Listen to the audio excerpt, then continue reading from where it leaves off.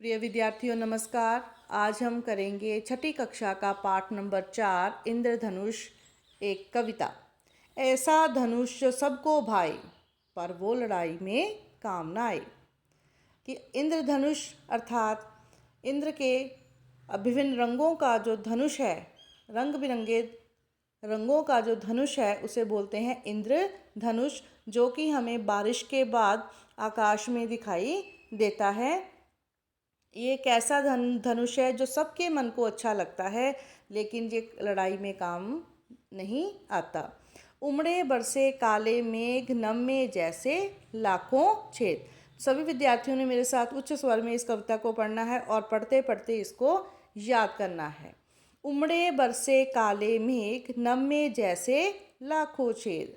कि जब आकाश में काले काले बादल छा जाते हैं तो ऐसा लगता है मानो नभ नभ क्या है? आकाश। आकाश में लाखों छेद हो गए हैं। वर्षा थमी, धरा महकी, प्रकृति दिखती हरी भरी।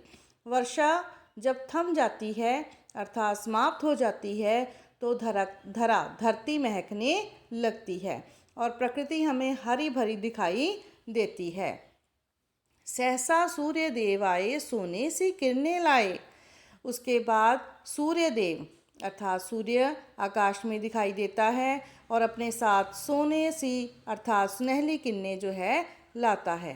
नभ पर रंगों का मेला, मानो ऐसा लगता है कि नभ आकाश में रंगों का मेला लगा हुआ है और ये अर्धवृत्त रूप में फैला हुआ है। अर्धवृत्त क्या होता है? वृत्त होता है पूरा गोला, अर्धवृत्त आधे गोले के रूप में। अर्थात देखो चित्र में भी आपको एक गोला दिखाई दे रहा है, लेकिन वो कैसा है? आधा है, इसीलिए इसको क्या कहते हैं? अर्धवृत्त। ये है इंद्रधनुष प्यारा, सतरंगा न्यारा न्यारा। और ये क्या है? आधा गोला जो है वो एक इंद्रधनुष है और बहुत ही प्यारा देखने में लगता है। और सतरंगा, इसमें 7 रंग होते हैं। हृदय हार नभ रानी का, मोहित मन हर प्राणी का। मानो ऐसा लगता है कि नभ रानी अर्थात आकाश रूपी रानी या सुंदरी का ये हृदय हार है, अर्थात उसके गले में पहना हुआ हार है। मोहित मन हर प्राणी का, ये हर एक प्राणी के मन को मोहता है।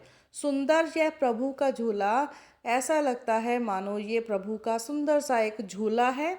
और देख देख मन फूला, इसको देखकर हर एक का मन फूलना एक मुहावरा है, अर्थात सभी प्राणी इसको देख करके उनका मन खुश हो जाता है। झूला प्रभु के आंगन में, किरणें झूले सावन में। तो ये जो झूला है प्रभु के आंगन में लगा हुआ है और इसमें किरणें झूले सावन में, सावन के महीने में किरणें इसमें झूला झूलती हैं। आगे है, वर्षा ऋतु मुस्काती है, सतरंगी हो जाती है। आओ हम भी मुस्काएं, रंग खुशी के बिखराएं। वर्षा ऋतु इस इंद्रधनुष को देख करके मुस्काती है और ये 7 रंगों वाली हो जाती है। आओ हम भी मुस्काएं, इस इंद्रधनुष को देख करके हमें सभी को मुस्काना चाहिए और रंग खुशी के बिखराएं। हमें अपनी जीवन में विभिन्न रंगों की खुशियों को भरना चाहिए। इसके बाद है आपका अभ्यास।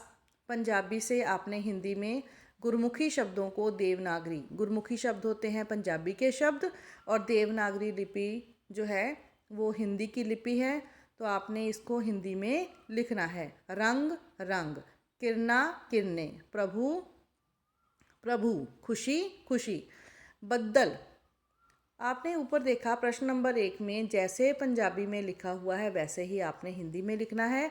और दूसरा प्रश्न ऐसा है जिसमें पंजाबी में लिखकर आपने देवनागरी हिंदी में इसको बदलना है, लेकिन इसके शब्द जो हैं बदल जाते हैं। बद्दल मेघ, आकाश नभ, या आप आकाश भी लिख सकते हो। शेख शेर, वर्षा मी वर्षा, अचानक सहसा, सतरंगी पींग इंद्रधनुष। अब आपको पता चल गया सतरंगी पींग को क्या बोलते हैं? इंद्रधनुष।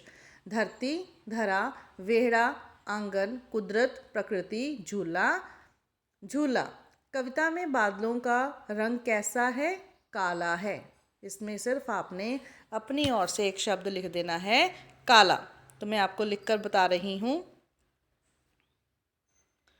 हाँ जी, आपने सिर्फ एक ही शब्द याद करना है, वो है कौन सा? काला। मेघों का रंग कैसा है? काला। वर्षा के बाद प्रकृति कैसी दिखाई देती है? आपने ऊपर पढ़ा है हरी भरी। हरी भरी। वर्षा के बाद सूर्य दिखाई देने पर नभ पर क्या दिखाई देता है? क्या दिखाई देता है? अभी आप इस यहाँ आपने का शब्द लिखा हुआ है इंद्रधनुष। क्या दिखाई देता है? इंद्रधनुष। ये आपने इंद्रधनुष ये शब्द है। वर्षा के बाद इंद्रधनुष दिखाई देता है। इंद्रधनुष का आकार कैसा होता है? अर्धवृत्त जैसा। भी आपने ऊपर पढ़ा है। कवि ने इंद्रधनुष के लिए अन्य कौन से रंगों का प्रयोग किया है? इंद्रधनुष के लिए अन्य कौन से रंग हैं? काला, पीला, हरा, नीला, इन शब्दों का प्रयोग किया है।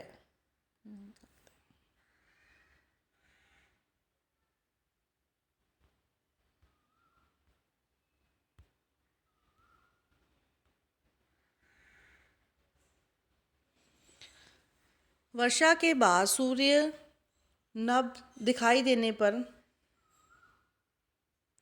वर्षा के बाद सूर्य दिखाई देने पर नभ पर क्या दिखाई देता है? बच्चों, क्या दिखाई देता है? इंद्रधनुष। उसके बाद है इंद्रधनुष का आकार कैसा है?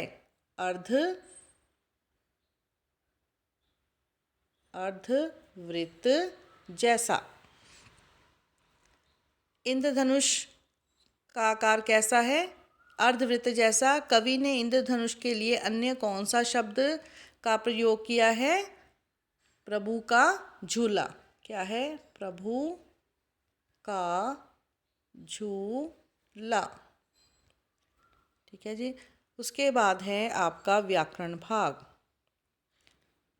ये बड़े प्रश्न उत्तर हम बाद में याद करेंगे। व्याकरण भाग में आपके आगे हैं प्रश्न उत्तर। यहाँ है प्रश्न नंबर 5। यहाँ इंद्रधनुष के चित्र को देख करके नए शब्दों का प्रयोग ढूंढकर लिखें। सबसे पहले है प्रभु। प्रभु किसे कहते हैं? ईश्वर और परमात्मा। ये देखो बेटा, इसमें शब्द हैं, आपने यहाँ पर याद करके लिख देने हैं। मेघ, दूसरे नंबर पे है मेघ, बादल और जलद। नभ, नभ को क्या बोलते हैं? आकाश। और दूसरा है गगन। किरण, कर और मयूख।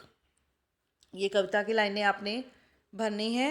वर्षा थमी धरा महकी, प्रकृति दिखती हरी भरी। नभ पर रंगों का मेला,